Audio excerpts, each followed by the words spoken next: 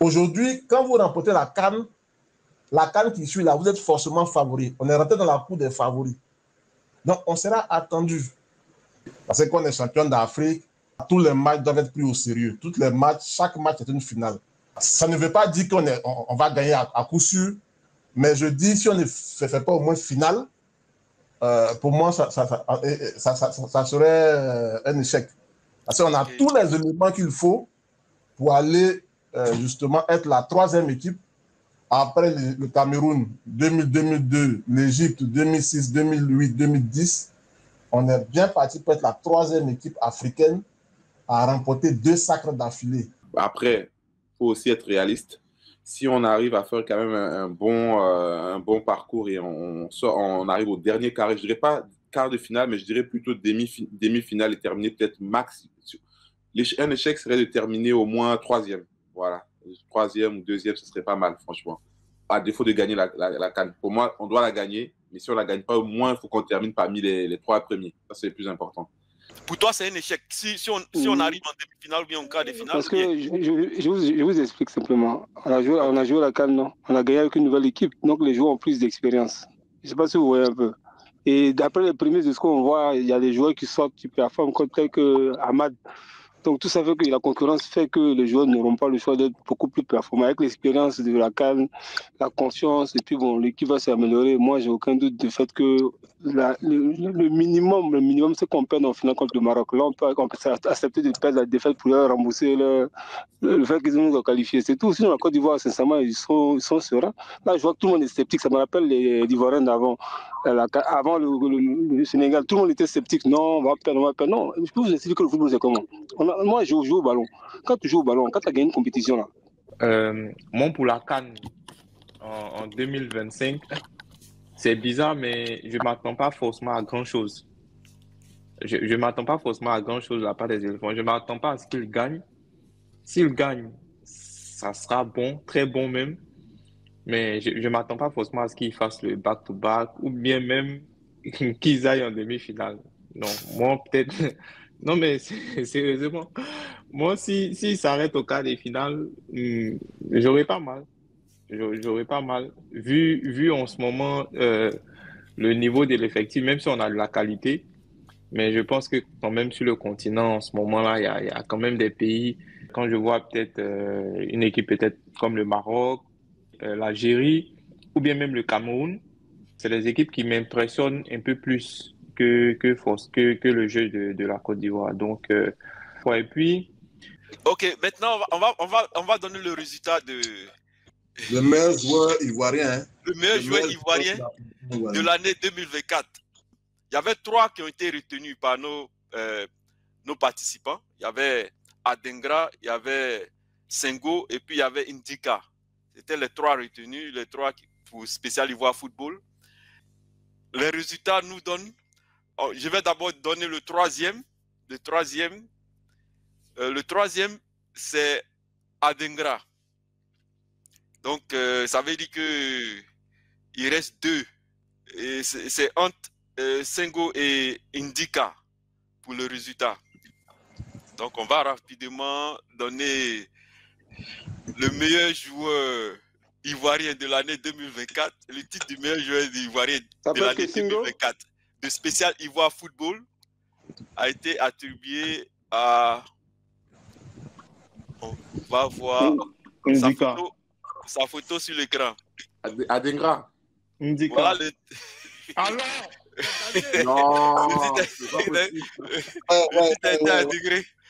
Indika est sorti le vainqueur de Spécial. De la sélection, c'est lui. Bravo les gars. Voilà. L'homme fort de la sélection, c'est lui. Il n'y a personne, c'est lui. Oui. Bravo. Donc, Spécial Ivoire Football a fait son choix pour l'année 2024. Le meilleur joueur ivoirien de l'année 2024 a été Indika. Indika, s'il reçoit par hasard ce direct, il doit passer normalement sur la chaîne pour nous faire un coucou. Oui, bien sûr. C'est lui, l'homme fort de notre sélection nationale, c'est Indika. C'est un joueur de l'ombre dont on ne parle pas beaucoup, mais il est très, très, très efficace. Et moi, je pense qu'il a complètement changé notre charnière centrale. Voilà, il n'y a rien à dire, quoi. Je crois que c'est le truc qu'avait dit Jean-Noël, qui avait dit, franchement, c'est difficile de trouver un joueur. Oui, Axel l'avait dit avant moi. Voilà. Ils sont tous bons. On était d'accord sur ce plan-là. Voilà. Surtout nos deux premiers choix, lui et puis Sébastien Haller. Les émotions par lesquelles les Ivoiriens sont passés pendant cette CAN 2023, on ne nous attendait pas. Je pense qu'avant la CAN, on était classés parmi les favoris. Pendant la CAN, on ne nous voyait plus en favoris et finalement, au fur et à mesure, on est allé chercher cette coupe-là.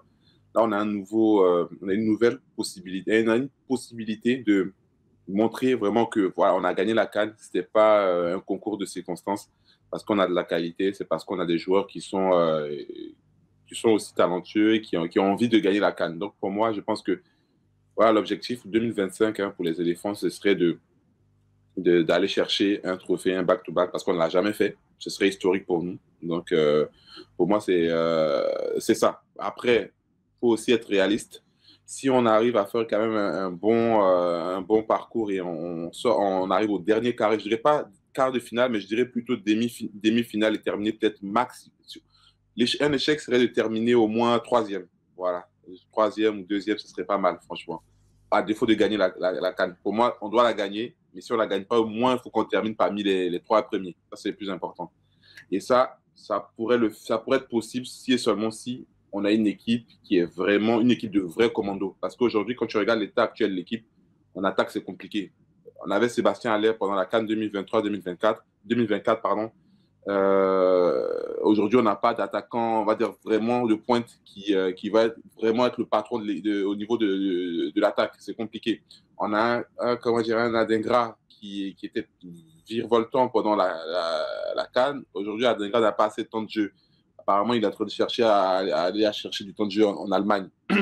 Donc, tous ces joueurs-là, je me dis qu'en un an, si au moins ils arrivent à avoir du temps de jeu, ils arrivent à être performants et compétitifs, là, je pourrais me prononcer et être sûr. Mais là, aujourd'hui, avec l'état actuel de l'équipe, je suis un peu sceptique. On a un milieu défensif aussi, un 6, Michael Seri, qui est pas là et qui est bientôt sur la fin. Est-ce qu'il sera encore compétitif? Est-ce qu'il sera encore performant en décembre 2025? Je me pose des questions parce qu'on essaie de boucher des trous avec un Naoulou qui, pour moi, n'est pas... Voilà, c'est pas le même niveau que Seri Michael. On essaie de boucher les trous avec un Dorgelès qui est un milieu central, qui n'est pas milieu défensif. On essaie de boucher les trous avec Diomandé Baba, qui n'est pas milieu défensif, qui est milieu central, parce que je regarde les matchs de Glasgow Rangers, il ne joue pas devant la défense. Donc, on n'a pas vraiment un véritable joueur au niveau de Michael Seri, voire plus. Donc, ça sera compliqué. Et j'espère qu'en un an, les diplomates de l'équipe nationale pourront nous dénicher des binationaux ou même, parce que voilà, notre équipe aujourd'hui, la sélection locale, le vivier local ne nous permet pas d'avoir des joueurs d'un bon niveau. Donc, on est obligé d'aller se tourner vers des binationaux ou des joueurs qui sont en Europe. Donc, j'espère qu'on aura une équipe potable sur cette période-là. Donc, ça, c'est ce qui concerne, l'équipe nationale de Côte d'Ivoire. Et puis, bien sûr, j'abonde dans le même sens que Axel qui disait se qualifier pour la Coupe du Monde. Là, on est premier de la poule. On a le Gabon qui est juste derrière. Et je sais qu'ils me feront tout. Le Gabon, Burundi, etc. Ils feront tout pour jouer leur va-tout pour se qualifier aussi.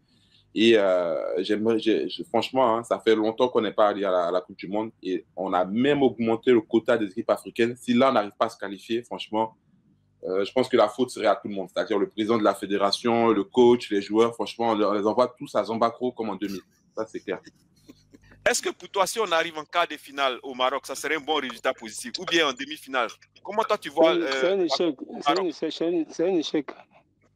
Pour toi, c'est un échec. Si on arrive en demi-finale ou bien en quart de finale? Parce que je vous explique simplement. On a joué la CAN, non? On a gagné avec une nouvelle équipe, donc les joueurs ont plus d'expérience.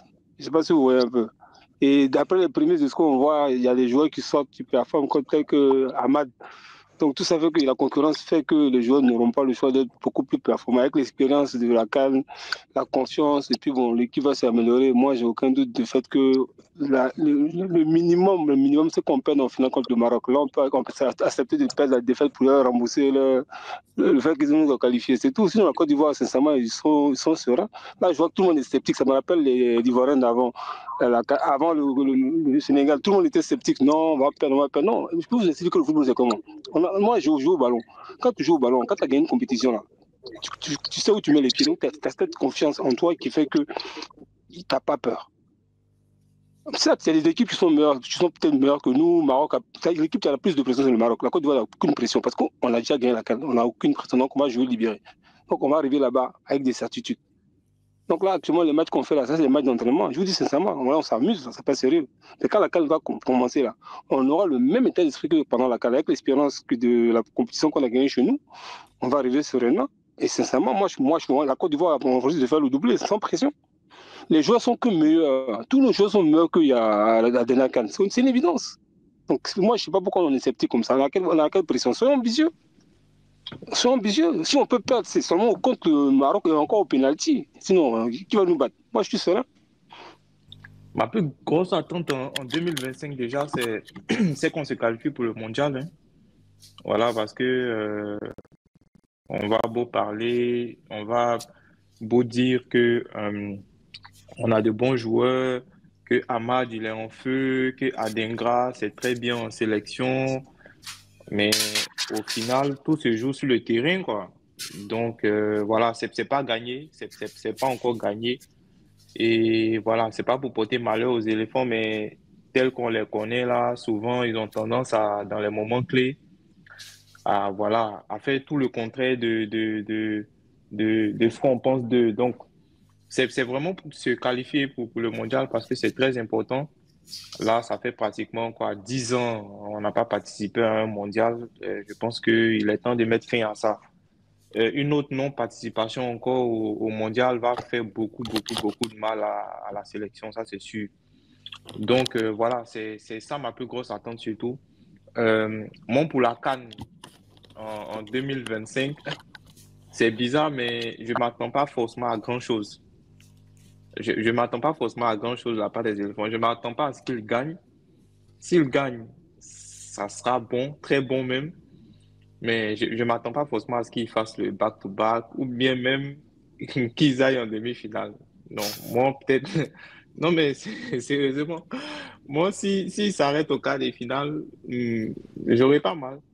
J'aurais pas mal. Vu en ce moment le niveau de l'effectif, même si on a de la qualité, mais je pense que quand même sur le continent, en ce moment-là, il y a quand même des pays.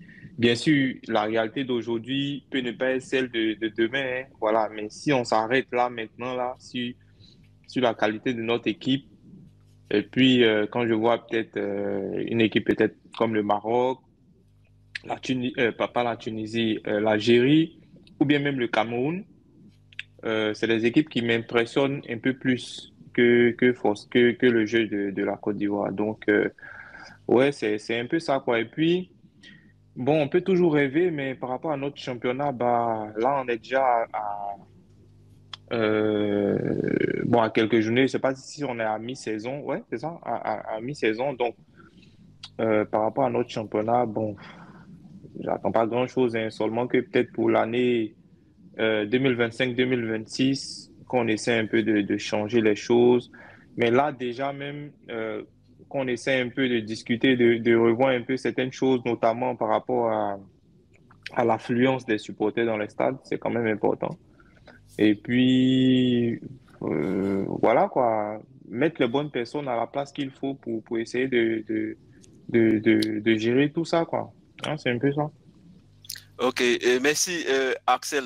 On va prendre rapidement le commentaire de Théo Coco qui dit que moi aussi, je miserais sur la qualif pour le mondial en premier. Ensuite, un bon parcours à la CAN.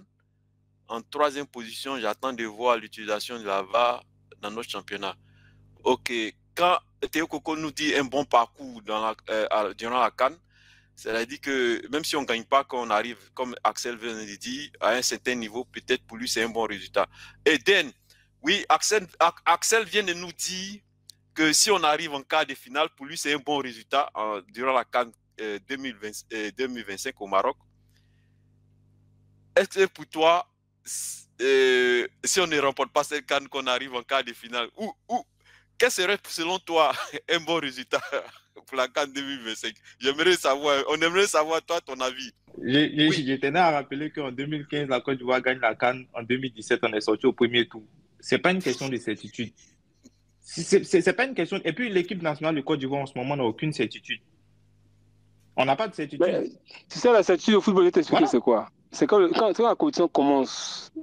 Pourquoi la certitude? Non, je vais t'expliquer pourquoi je parle de certitude. Pourquoi je te parle de certitude? Parce que les joueurs, là, ils ont faim. Je ne sais pas si tu vois un peu. Faye, qu'est-ce qu'il fait? Il fait tourner, il fait jouer la concurrence. Qu'on perdit face à la Sierra Leone et puis face à la Zambie, là, ceux-là, ils ont faim.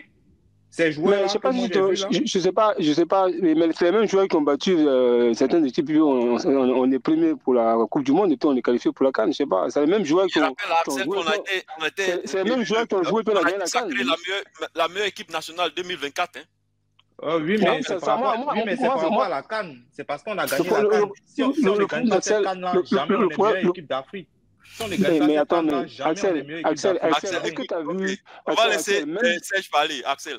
Axel, même quand on perd le match contre Guinée équatoriale, là, on a bien joué, on a eu des hors-jeux, on a loupé des occasions, on a des joueurs qui n'auraient pas dû jouer, qui ont merdé, donc le choix d'entraîneur n'était pas bon.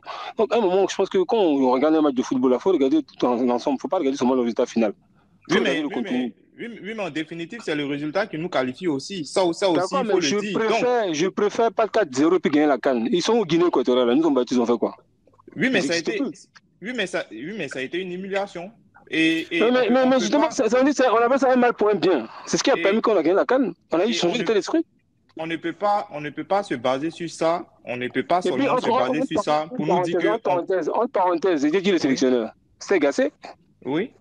Alors donc, Faye, quand il est arrivé, ça a changé tout. Donc, excuse-moi, c'est un mal pour un bien. Donc, quelque part, tu peux critiquer, mais là, le match du cadre de Sierra Leone, il faut enlever ça de côté parce que c'est Gassé qui était là, c'est pas Faye. Faye, jusqu'à maintenant, il a fait sans faute. Non, il n'a pas fait de sans faute. Il a fait 2 défaites contre des équipes moyennes avec aucune occasion dans le match. Ça aussi, il faut le rappeler. On ne peut pas occulter ça. Attends, mais la finalité, c'est quoi? On ne peut pas qualifier pour le Maroc.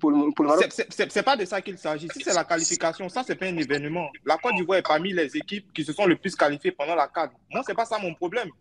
Si la Côte d'Ivoire ne s'était pas qualifiée, il n'y a pas de problème. Je pourrais être d'accord avec toi. Mais le fait que la Côte d'Ivoire s'est qualifiée, moi, c'est pas un événement pour moi.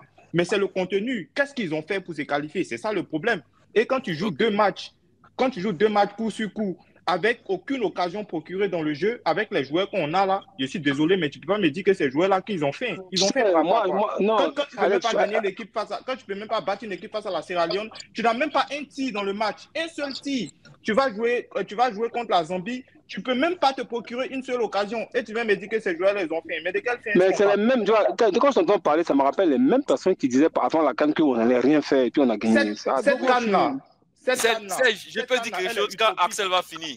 Cette CAN-là, elle est utopique. Cette CAN, elle est utopique. Moi, je le dis franchement. Cette CAN qu'on a gagnée là, elle est utopique. Elle est utopique. Voilà. Tu dois avoir du sang camerounais. 1 million de fois. Cette CAN, on la joue 1 million de fois. On la perd 9 999 fois. On la joue 1 million de fois, on la perd 9 999 fois. On ne peut pas se baser sur ça. Oui, Axel, maintenant, je pense que c'est le moment de donner moi, personnellement, mon avis dessus. Parce que j'attendais de donner mon avis avant de passer la parole à Jean-Noël rapidement. Et c'est bien que Serge est monté parce qu'il a exactement le même avis que moi. Parce que ça me surprend quand j'entends que si on arrive en quart de finale, c'est un résultat positif. Ou bien si on arrive en demi-finale, ça me surprend. J'ai précisé avec les joueurs du moment. Et j'ai dit aussi que la réalité d'aujourd'hui peut ne pas être celle de demain. Mais quand je vois cette équipe là maintenant, je l'ai précisé dans mes dits, quand je vois cette équipe là maintenant, franchement, sur le continent, il y a des équipes qui valent beaucoup mieux qu'elle. Voilà, donc si demain ça a changé, il n'y a pas de problème. Mais quand je regarde maintenant là, je ne suis pas confiant. Ok, mais moi j'ai dit une chose, même avant la CAN, j'avais dit, le seul truc qui me disait qu'on ne pouvait pas gagner la CAN 2023, c'était le fait que l'entraîneur n'avait pas le niveau de notre équipe nationale. Un entraîneur qui avait fait plus de défaites que de victoires. Et puis, il ne ressemblait même pas à quelqu'un qui peut gagner CAN. Moi, automatiquement, si on avait un autre entraîneur, même si ce n'était pas Fayet, avant la CAN, il allait dire la Côte d'Ivoire allait gagner la CAN, puisqu'on joue à domicile. Maintenant, ce qui allait se passer, vous allez me dire le contraire. Maintenant, on a gagné la CAN dans des conditions difficiles, avec Fayet et puis les 4-0 l'élimination. On va jouer une autre CAN. Pour moi, l'Égypte nous a montré que c'est possible de faire un doublé. On ne va pas se comparer au deuxième de classe qui est le Sénégal, qui n'a pas pu faire son doublé. Plusieurs pays n'ont pas pu le faire. Moi, j'expecte mon pays de faire le doublé. Si on arrive en finale, qu'on croise le Maroc et on n'a pas gagné la CAN, pour moi, c'est une réussite. Mais si on arrive en demi-finale, on est éliminé, pour moi, ce n'est pas une réussite du tout. Parce que je pose la barre très haute. Je ne comprends pas quand certains disent que selon l'équipe, non. On a des joueurs, on est réaliste. À n'importe quel niveau, on a des joueurs. On a un entraîneur qui a l'état d'esprit, qui a gagné sa première CAN en tant que premier entraîneur. Il s'en va maintenant avec une expérience. On avait une équipe jeune. Il y avait seulement deux doyens dans l'équipe. On a pu gagner une CAN avec 2 équipes jeunes, avec cette mentalité. On a toujours cette mentalité-là. On peut aller gagner. Le Cameroun, pour moi j'ai dit en avance que le Cameroun ne peut pas gagner cette CAN-là. Parce que, à cause de leur entraîneur, pour moi, ce n'est pas un bon entraîneur. Mais il est bon, il a de bons résultats. Pour moi, il ne m'a rien prouvé dans son passé, dans son palmarès, qui me prouve qu'il peut prouver. Et puis, sa manière d'entraîner, ses manières de jouer. Mais Fayet avait prouvé quoi? Oui, Fayet n'avait pas, mais lui, moi j'ai pu regarder lui au moins son passé. Il essaie par rapport à son passé, et puis par rapport à l'équipe du Cameroun. Oui, mais pour moi, du Cameroun, il a entraîné des équipes en Belgique. Oui, mais c'est de ça parce que tu n'as pas regardé. Sinon, il a entraîné des équipes en Belgique. Mais c'est de ces équipes-là que je parle. Ce n'est pas un entraîneur qui peut gagner une CAN. C'est moi, je te dis, si tu veux. Est-ce que Axel, quand on a promu Fayet, toi, tu t'es dit que Fayet, il peut gagner la CAN? Non, voilà ce que je t'ai dit. Au départ, moi, je veux savoir. Quand on a pris Fayet, et puis on a voulu prendre une chose, comment on appelle ça, Hervé Renard, je n'étais pas pour. Parce que maintenant, je me disais qu'on a une chance, mais je ne pouvais pas prédire qu'on allait gagner. Parce que pour moi, au départ, j'avais dit qu'avec Gassé, on ne peut pas gagner. Je suis d'accord avec toi que même Hervé Renard, j'aurais pas souhaité même Fayet, pour être honnête, Axel. Quand on a promu Fayet, est-ce que Fayet, toi, tu t'es dit que Fayet pourrait gagner la CAN? Parce que Fayet, il a échoué avec les jeunes. Non, Fayet, Axel, je vais te dire quelque chose au niveau des Fayet. Pour être honnête, moi, je ne connaissais pas le passé des Fayet au niveau de, comment on appelle ça, avec les jeunes, tout ça. Donc, je n'avais pas d'idée s'il pouvait amener l'équipe où il a amené l'équipe. Mais avec cet entraîneur, lui n'est pas Fayet. Lui, je connais son palmarès. C'est ce que je suis en train de dire. Il ne peut pas gagner une CAN. Le Cameroun serait dessus. C'est moi, je t'ai dit en avance. Il ne pourra pas aller. Pour le moment, si on veut parler de façon objective, l'entraîneur du Cameroun, il a de très bons résultats avec sa sélection. Je crois qu'il a 6 victoires et 4 nuls. Il n'a pas encore de défaites. Oui, mais c'est quelle équipe l'a croisé? Donc, il a croisé, je crois, le Kenya. Il a croisé. Non, c'est pour te dire qu'il n'a pas croisé de grandes équipes. Il n'a pas encore eu son vrai test. C'est ce que je suis en train de dire. Il n'a pas encore eu son vrai test. Oui, mais pour le moment, oui, il n'a pas encore eu son vrai test. Il est invaincu. Pour le moment, il est invaincu. Oui, voilà. Mais son vrai test va venir à la CAN. Parce que tu peux être le meilleur dans toutes les compétitions. On a vu l'Algérie qui n'a pas fait de défaites. C'est ce que je suis en train de dire. Pour moi, cet entraîneur-là, on va voir ses lacunes durant la CAN. C'est ce que moi, je suis en train de dire. Maintenant, on a vu aussi les lacunes de Fayet récemment. Oui, mais Fayet, il est le meilleur entraîneur de l'année. Je ne comprends pas. Mais comment tu peux... de l'année, c'est une compétition. Ça c'est passé. C'est une compétition. Voilà. Donc, Axel, c'est une compétition. Axel, c'est une compétition où il a commencé en huitième, mais je ne sais pas, en quart de finale. Les gars. Ok, Axel, on ne va pas monopoliser la parole. J'aimerais te dire que même les grands entraîneurs font des défaites. C'est ce que je veux te dire. Il faut le savoir. Les grands entraîneurs font des défaites. Mais quand tu fais 2 matchs et puis ton équipe n'est pas capable de produire des occasions, il y a des questions à se poser. Sinon, on n'a pas dit un entraîneur de paie pas. Et moi, j'étais le premier ici à dire, quand les gens parlaient de Fayet, j'étais le premier à dire ici que de se calmer cette affaire de Fayet-là parce qu'il est nouveau. Ça ne faisait pas 1 an qu'il venait d'arriver. Mais quand tu joues un match face à des équipes moyennes, face à la Zambie et face à la Sierra Leone, et que tu n'arrives pas à te procurer une occasion, je suis désolé, mais moi, ça me pose un problème. Ça me pose un problème. Soit c'est lui le problème, ou bien ce sont les joueurs qui sont le problème. Voilà, donc on peut pas venir me dire ici que non, Faye, il a été meilleur entraîneur du mois, donc lui, il a plus de certitude pour aller gagner la CAN. Non, les mêmes certitudes que Faye a avec son équipe, je pense que le sélectionneur du Cameroun, il a ces mêmes certitudes-là. Voilà, parce que lui, Et c'est pour cette raison, Axel, est-ce que c'est pour cette raison que tu as rabaissé? Tu te dis que si on arrive en quart de finale, demi-finale, le résultat est positif pour toi? J'ai pas rabaissé. J'ai dit, selon moi, moi, personnellement, je ne m'attends pas à grand-chose au Maroc. Mais si les éléphants se débrouillent pour arriver en quart de finale, avec ce que moi je vois maintenant là, s'ils arrivent en quart de finale, pour moi, ça me suffit. Mais s'ils vont faire, s'ils vont faire le back-to-back là-bas, je serai content, je vais sauter comme tout le monde. Non, je suis réaliste. Je suis réaliste, les gars. Ok, on va passer. Oui, je comprends ce que tu dis. Rapidement, je finis. On peut ne pas être d'accord avec moi, il n'y a pas de problème. Il n'y a pas de problème pour ça. Mais l'équipe que moi je vois en ce moment-là et la qualité de jeu qu'on propose, franchement, ça ne me rassure pas. Moi, c'est sur ce que je vois que j'interviens. Je ne peux pas prédire ce que sera l'équipe dans 1 an ou 2 ans. Il n'y a personne qui peut le prédire ici. Il n'y a personne qui peut nous dire que dans 5 mois, l'équipe sera plus forte ou dans 5 mois, l'équipe sera moins forte. On ne sait pas. Mais quand moi, je regarde les récents résultats, là, quand même, moi, j'ai un peu peur pour cette équipe-là. Si on croise de grosses nations, bien sûr, on peut se sublimer. Si on croise, par exemple, le Maroc, l'Algérie ou bien même voilà, le Cameroun, il n'y a pas de problème. Mais pour l'instant, moi, je me base sur ce que j'ai vu ces derniers matchs-là et ce qu'on a vu, clairement, ne me rassure pas. Ça peut vous rassurer, vous, mais moi, ça ne me rassure pas. Oui, je pense qu'on comprend ta position, mais tout ce que nous, on dit ici, et Serge et moi, on dit, c'est que si notre équipe n'arrive pas en finale, pour nous, c'est un échec. Bon, si ça, c'est votre avis. Si on arrive en finale, qu'on ne croise pas Maroc, qu'on croise n'importe quelle équipe qu'on ne gagne pas, c'est toujours un échec. Mais si on croise, on est dans les si on croise le Maroc, qu'on ne gagne pas, c'est pas un échec, c'est un bon résultat. On est encore dans les six. Rien ne prouve même qu'on va croiser le Maroc. Il n'y a rien qui prouve. On est tous focalisés sur le Maroc, alors qu'il y a d'autres équipes sur le continent qui font des non, c'est pour dire que si on n'arrive pas en finale, pour nous, c'est un échec. Bon, ok, c'est vous qui voyez, les gars. Moi, je vais m'appesantir sur le mondial. Parce que c'est dans la chronologie des événements, là, c'est d'abord les éliminatoires du mondial qui vont arriver. Et c'est la participation mondiale est un enjeu majeur. Pour moi, c'est l'enjeu principal. La CAN, on a déjà gagné, on a 3 étoiles. On en aura d'autres. Voilà.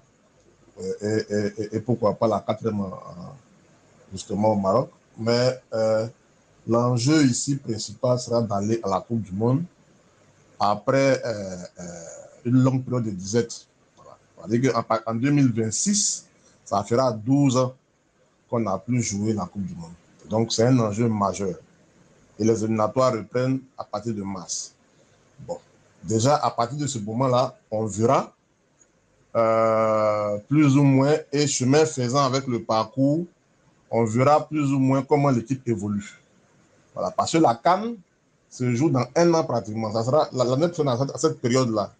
Voilà, on dit 21 décembre, 18 janvier 2026. Donc, au même moment, là, la CAN sera en train de se jouer.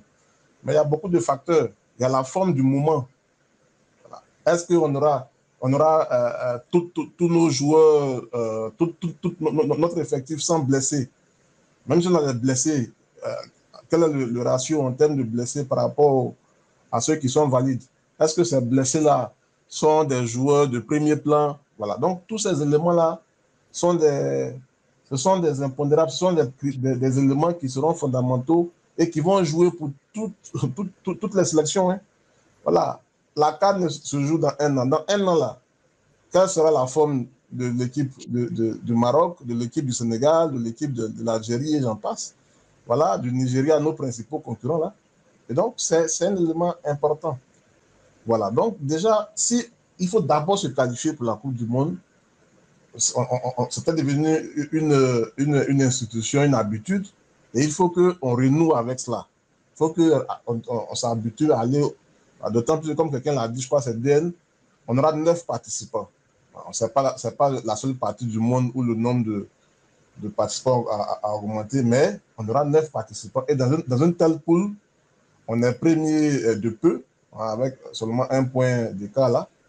Mais quand je vois les forces en présence, j'aime employer ce terme-là, si on met tous les ingrédients, parce qu'en termes de qualité individuelle et collective, on est largement au-dessus de toutes les équipes là. Voilà. Que ce soit le Gabon, notre principal concurrent, qui est loin de nous. Voilà. Le Gabon, le Burundi, le Seychelles, la Gambie, le Kenya. Voilà. Donc, c'est nous qui serons nos principaux adversaires. Si on met tous les ingrédients, déjà la qualité, on l'a. Maintenant, il y aura l'état d'esprit. Si on conserve cet état d'esprit qu'on a eu à la CAN, je ne vois pas comment on ne peut pas se qualifier dans la poule dans laquelle on est là. Voilà. Et donc ça, et il faudra aussi mieux organiser les déplacements en termes d'organisation, en termes d'arriver plus tôt pour pouvoir faire la reconnaissance du terrain, ainsi de suite. Mais en principe, on devrait se qualifier. Sinon, voilà, il sera difficile pour Fayet de pouvoir garder son poste. Voilà. Je sais que, bon, il n'est pas impossible que l'autre décide de le garder, mais il n'aura plus l'assentiment populaire, il n'aura plus l'onction populaire, il n'aura plus le soutien populaire. Parce que rien ne pourra justifier quand les éliminatoires qui sont terminés là, de la CAN, on avait tous décrié ici. Voilà, il y a eu des joueurs qui avaient choisi des matchs, machin, il y avait... Oui, parce que c'était un contexte qui était différent. C'était un contexte qui était différent. On l'a déploré. Parce que quand on est champion d'Afrique, on ne doit pas... Tous les matchs doivent être pris au sérieux. Tous les matchs, chaque match est une finale. Malheureusement, il y a eu beaucoup de choses. Chaque fois, il y avait des blessés, ainsi de suite. Maintenant, même ceux qui sont là ne mettaient pas toujours l'envie. Quand on allait jouer en Sierra Leone, là, les gens sont allés jouer pour ne pas se blesser. Ils ne sont pas allés jouer pour gagner. Ils sont allés se dire, bon, ok, on allait jouer le nul là-bas. Et à trop jouer le nul, on s'est fait cueillir. Voilà, ça veut dire qu'on a pris un but bizarre à la fin, là. Voilà, sur 2 fautes individuelles. Et puis, on a perdu le match. Voilà. Et après, face à la Zambie, bon, les gens sont déjà qualifiés. Je ne justifie pas les non-matchs qu'ils ont fait. Mais il y avait des circonstances qui ont fait qu'il y a eu ces prestations. Déjà, lors des éliminatoires de la Coupe du Monde, je suis sûr qu'ils vont nous montrer un visage totalement différent. Et à la CAN aussi, je viens maintenant à la CAN 2025. Pour moi, si on n'a pas fait au moins finale, c'est un échec. Je rappelle qu'en 2023, là, on n'était pas vraiment favoris. On était le principal outsider. Les favoris, là, par rapport à ce qu'ils montrent sur 5-6 ans, là, c'était le Maroc, l'Algérie, le Sénégal. Le Maroc, l'Algérie, le Sénégal, le Nigeria, même le Cameroun. Nous, on était outsiders principaux. C'est-à-dire que, voilà, en dehors des favoris, là, l'équipe qui avait le plus de chances de gagner.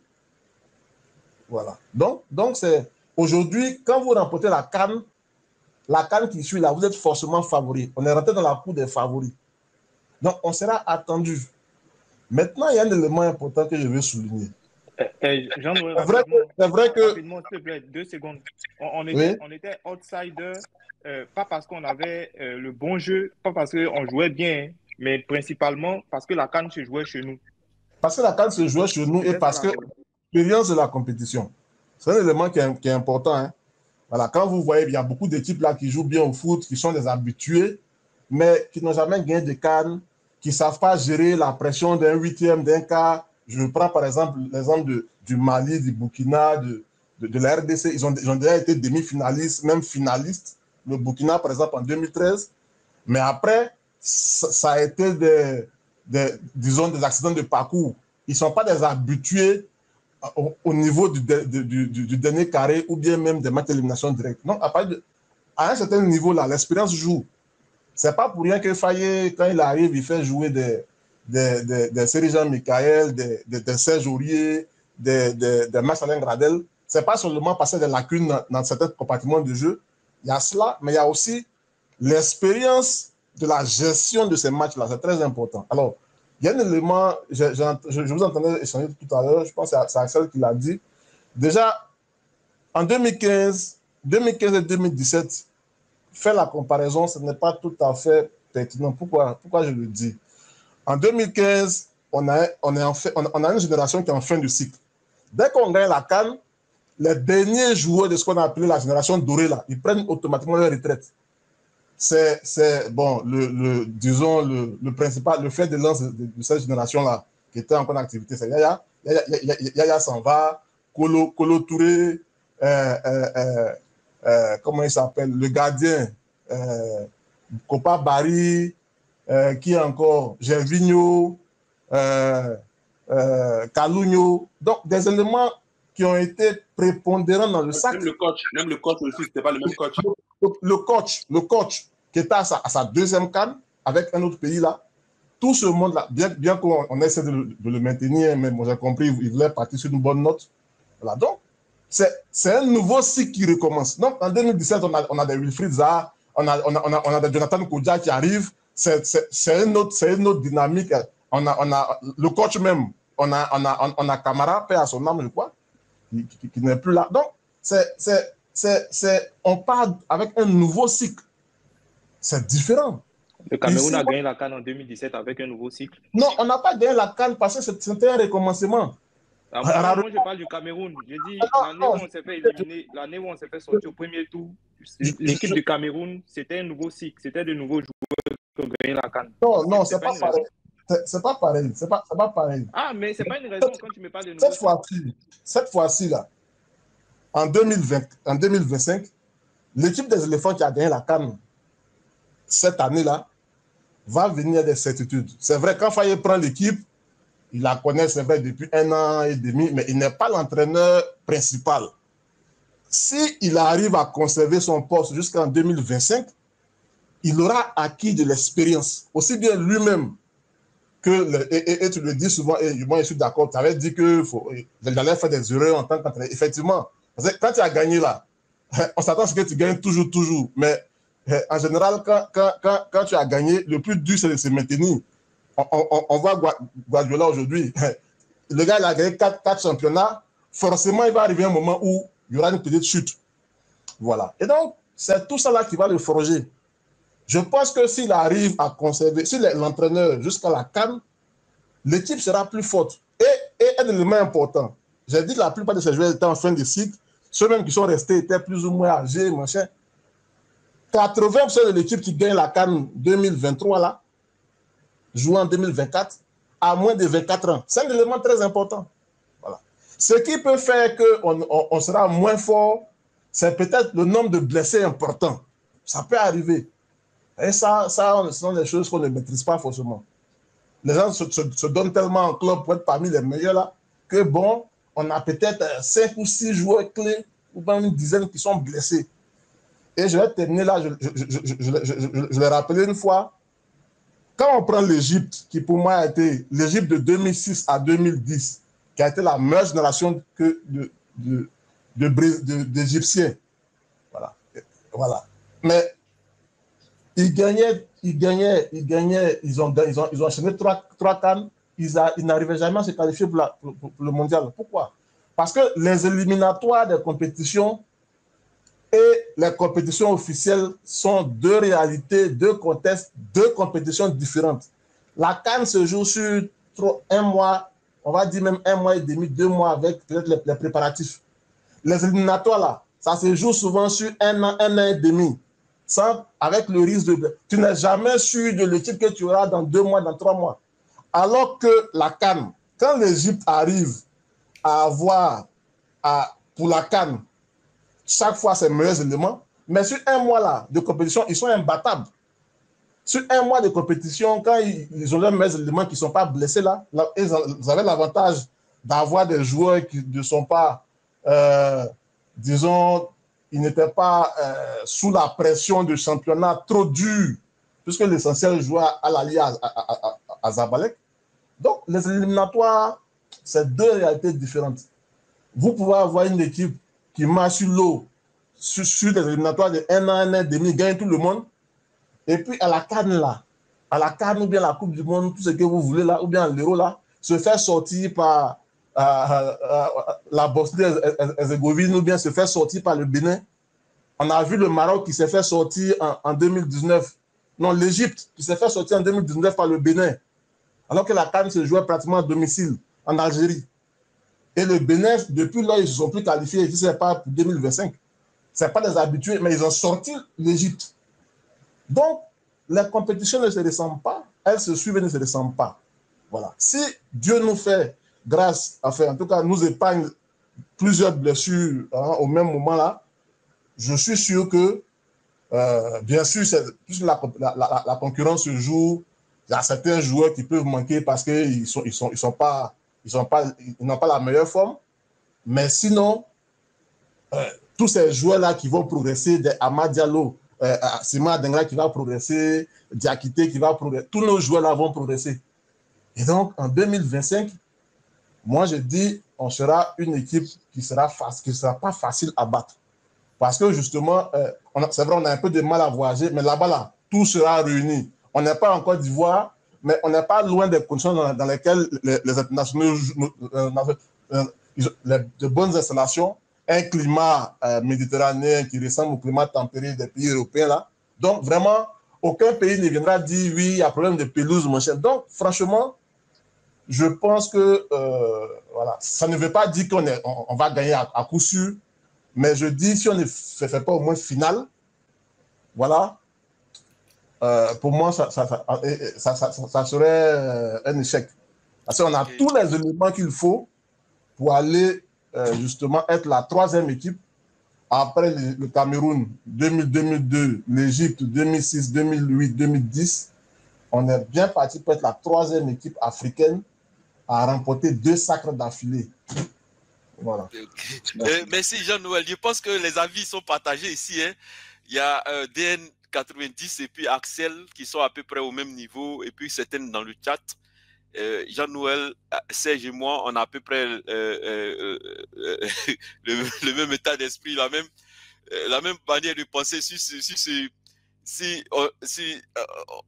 nous, on espère voir, mais on s'est dit que les éléphants doivent, avec ce qu'ils nous ont montré, avec leur passé avec l'élan qu'ils ont déjà pris, ils peuvent faire ce que l'Égypte a fait. On a confiance à cette équipe-là. On a confiance en cette équipe. Moi, j'ai juste une question. Hein. Oui. Il y a la Côte d'Ivoire pendant Faye, avant Faye et la Côte d'Ivoire après Faye. Avant Faye, on n'avait pas, on n'avait pas Sébastien Haller en attaque. On n'avait pas, comment il s'appelle, Adengra sur le côté pour pouvoir percuter, etc. On n'avait pas également Seri Jean-Michel aussi devant la défense. On avait Seri Jean-Michel, mais il n'était pas blessé. Il était sur le touche. Non, écoutez, quand il dit qu'on n'avait pas, ça veut dire qu'ils n'étaient pas titulaires. Ils ne jouaient pas, en fait. Ils jouaient pas. Ils étaient blessés. Voilà. Non, Seri n'était pas blessé. Non, mais il était sur le banc, Seri. Les deux autres étaient blessés. C'est Seri qui n'est pas titulaire. Sinon, à l'heure, c'est depuis 2020. Voilà, on n'avait pas ces gens-là dans l'équipe. Voilà depuis les résultats qu'on a eus. Moi, ce que je dis, je suis moins optimiste parce que ces mêmes joueurs-là, soit il y a certains qui n'ont pas de temps de jeu, il y a certains qui ne sont pas performants. Est-ce que s'ils ne sont pas présents en 2025, en décembre 2025, est-ce qu'on sera aussi performant? Parce que leur présence c'était un game changer. Hein. On a vu qu'il y a eu un avant, il y a eu un après. S'ils ne sont pas là, est-ce qu'on sera aussi bon? Parce qu'on sait bien au niveau de l'attaque de Côte d'Ivoire, ne me dites pas qu'avec tout le respect que j'ai pour Bayo Vakoun, ce n'est pas lui qui portera l'attaque de la Côte d'Ivoire. Avec tout le respect que j'ai pour Ouma Diakité, devant Sébastien Haller, ce n'est pas pareil. Est-ce qu'on aura ces joueurs-là aussi, ou on aura d'autres joueurs? Peut-être que ça peut être, je ne sais pas moi... Dans un an là, notre attaque sera toujours comme ça. On ne va pas progresser.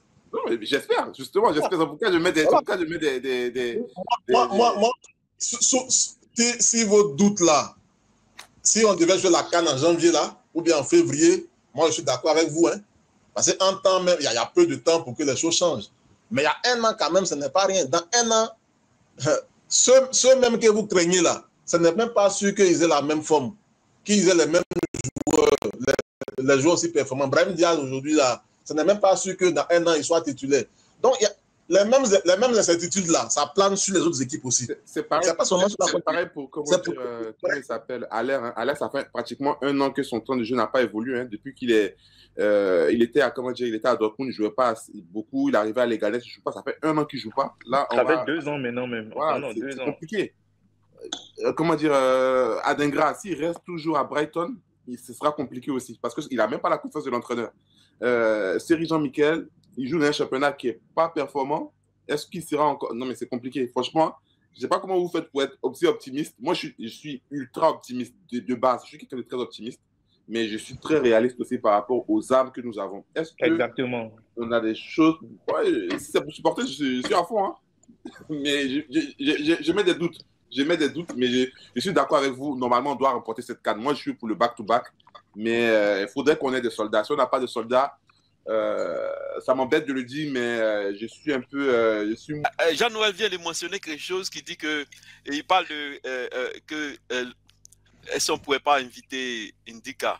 Je rappelle à tout le monde que qu'on a atteint, après la CAN, je pense, on avait à peu près 3000 abonnés. On a contacté dans le mois de mars et avril, on a contacté certains anciens joueurs pour être invités sur cette chaîne. Comme invités sur cette chaîne, ils ont répondu positivement et puis ça a été, j'appelle ça, ils ont répondu en tant que diplomates. Ils n'ont pas dit non et oui, mais ils nous ont répondu. Jean-Noël, ce que j'aimerais faire comprendre à tous ceux qui nous suivent, c'est que la réponse qu'on a reçue, c'est que ils nous ont pas dit oui ou non. Ils ont dit OK. Mais on a su automatiquement, indirectement, que c'est le nombre d'abonnés. Pour les autres, pour les anciens joueurs, c'était avril puis mars, on avait déjà 3000 abonnés. On a vu que le nombre d'abonnés pour pouvoir inviter ces personnes-là, pour qu'ils acceptent ton invitation, ça compte énormément. Si tu as un certain nombre d'abonnés, ils n'hésitent pas à accepter ton invitation. Et parce qu'eux aussi, ils se disent indirectement qu'est-ce qu'ils ont en retour. Hein? Et le seul truc que tu peux leur donner en retour, c'est le nombre d'abonnés. Ça leur donne une certaine visibilité. Ils sont déjà populaires, mais la visibilité est très importante pour eux. Voilà pourquoi, à chaque fois, si vous voyez, on encourage les gens à s'abonner. Et ça, c'est très important. Donc, à chaque fois qu'on demande aux gens de s'abonner, c'est la raison principale, en fait. Parce que quand on va atteindre un certain nombre d'abonnés, vous allez voir les anciens joueurs des éléphants, quand on va les inviter, ils vont venir. Ils ne vont même pas hésiter, ils vont venir. Puisque ça va leur donner et la visibilité aussi. Donc, c'est ce point-là que je voulais souligner aussi pour que tous ceux qui sont en visio et puis ceux qui nous suivent dans le chat comme à la maison puissent voir, comprendre l'importance d'avoir un certain nombre d'abonnés. Et si vous me demandez le nombre qui est consistant, 100 000 abonnés. Ils commencent à vous prendre au sérieux. Donc, ça va prendre le temps que ça va prendre, mais c'est ce point-là que je voulais ajouter